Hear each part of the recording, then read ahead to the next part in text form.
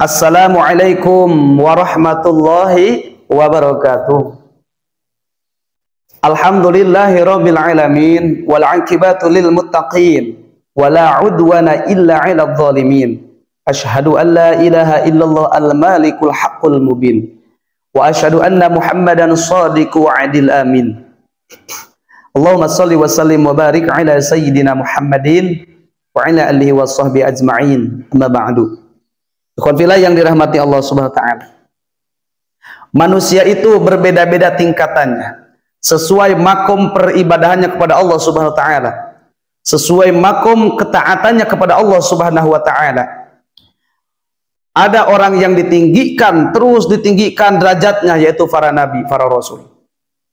Ada orang yang ditinggikan derajatnya, kemudian direndahkan, ditinggikan lagi, itu manusia. Ada makhluk yang sama sekali dia tidak mempunyai derajat di sisi Allah, yaitu syaitan, karena dia dihinakan oleh Allah Subhanahu wa taala. Nah, di dalam video kali ini saya akan menjelaskan di antaranya 5 golongan, yang mana 5 golongan ini, 5 orang ini sedang diangkat derajatnya oleh Allah Subhanahu wa taala.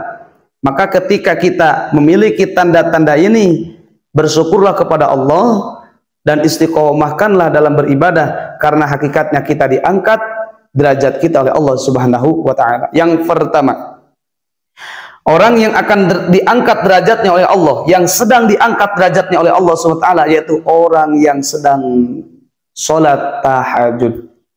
Allah berfirman di dalam surah Al-Isra,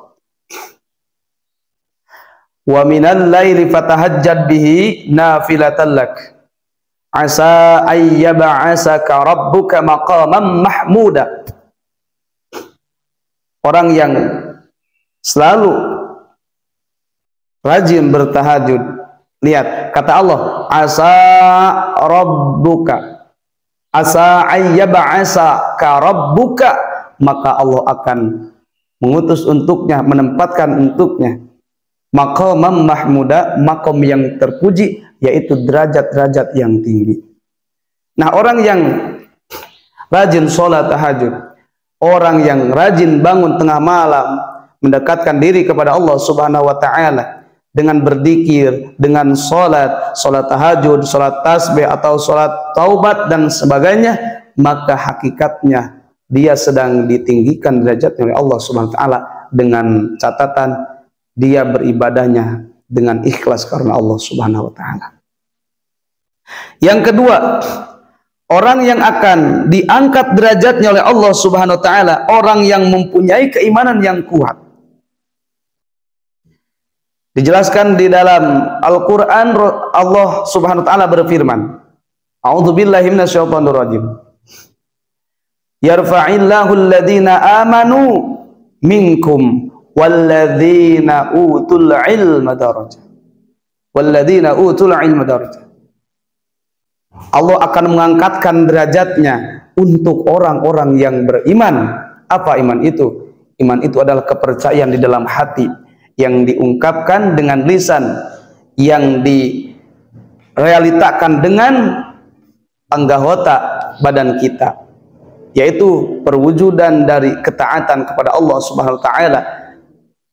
Tidaklah seorang berangkat ke masjid, tidaklah seorang membaca Al-Quran, tidaklah seorang mengaji, tidaklah seorang mendengarkan ceramah ini, terkecuali dia mempunyai keimanan kepada Allah Subhanahu wa taala.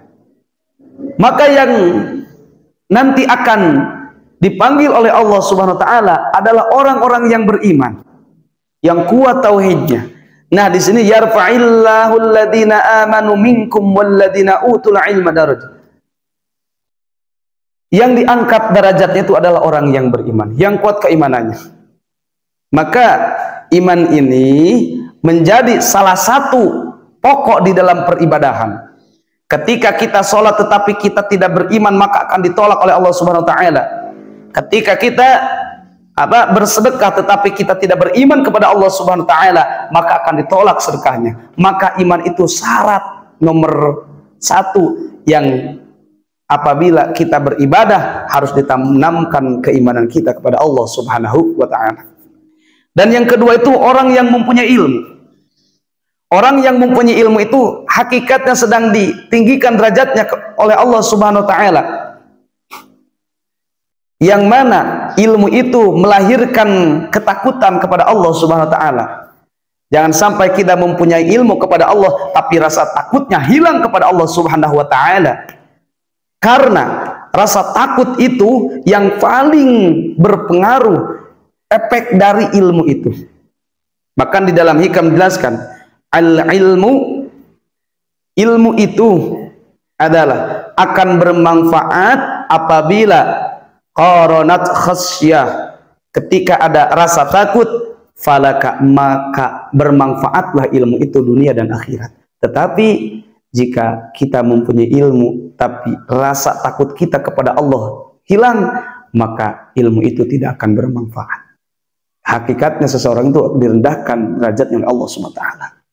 Ketika seseorang itu mempunyai ilmu yang tinggi dan rasa takut yang tinggi kepada Allah Subhanahu wa taala, maka dia telah diangkat derajatnya oleh Allah Subhanahu wa taala. Barang siapa yang ingin dunia, kata Rasulullah, fa'alaihi bil ilmi. Wa man aradal akhirah fa'alaihi bil ilmi.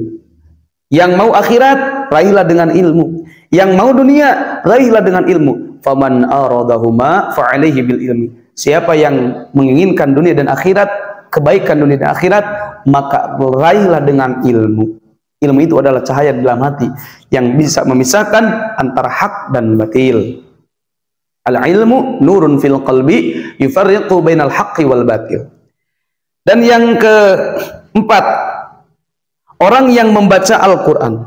Orang yang membaca Al-Quran itu hakikatnya sedang ditinggikan derajatnya oleh Allah Subhanahu wa taala. Karena di dalam hadis dijelaskan, dalam hadis riwayat Imam Bukhari yang diterima dari Umar bin Khattab radhiyallahu anhu, kata Rasulullah SAW, qala Rasulullah SAW, inna Allah yarfa'u bihadzal kitabi aqwaman wa yadha'u bihi akharin. Sesungguhnya Allah itu mengangkat derajatnya kaum-kaum itu dengan Alkitab ini, yaitu Al-Quran. Yang mana yang akan diangkat derajatnya orang yang mengamalkan Al-Quran. Faman tabi'a hudaya fala khaufun 'alaihim wa lahum yahzanun. Barang siapa yang mengikuti hidayah Allah, yaitu Al-Quran, maka baginya tidak ada ketakutan.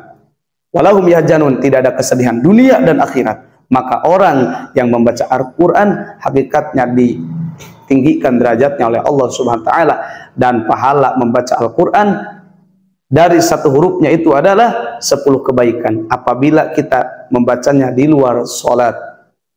Tetapi kalau kita membaca dalam sholat, maka satu hurufnya itu adalah 100 kebaikan. Ikhwan fillah yang dirahmati Allah Subhanahu wa taala. Dan yang kelima itu, orang yang sedang diangkat derajatnya, yaitu orang yang diuji oleh Allah Subhanahu wa taala. Man yuridillahu khairan yusib minhu. Barang siapa yang dikehendaki kebaikan oleh Allah Subhanahu wa taala, yusib minhu, maka Allah akan berikan musibah untuknya, yaitu cobaan untuknya, ujian untuknya. Ikhwan fillah yang dirahmati Allah Subhanahu wa taala, apabila kita memiliki satu tanda dari tanda-tanda ini, bersyukurlah kepada Allah, karena hakikatnya kita sedang dinaikkan derajatnya dan beristiqomahlah dalam menjalankannya. Semoga bermanfaat. Billahi hidayah wa taufiq. Wassalamualaikum warahmatullahi wabarakatuh.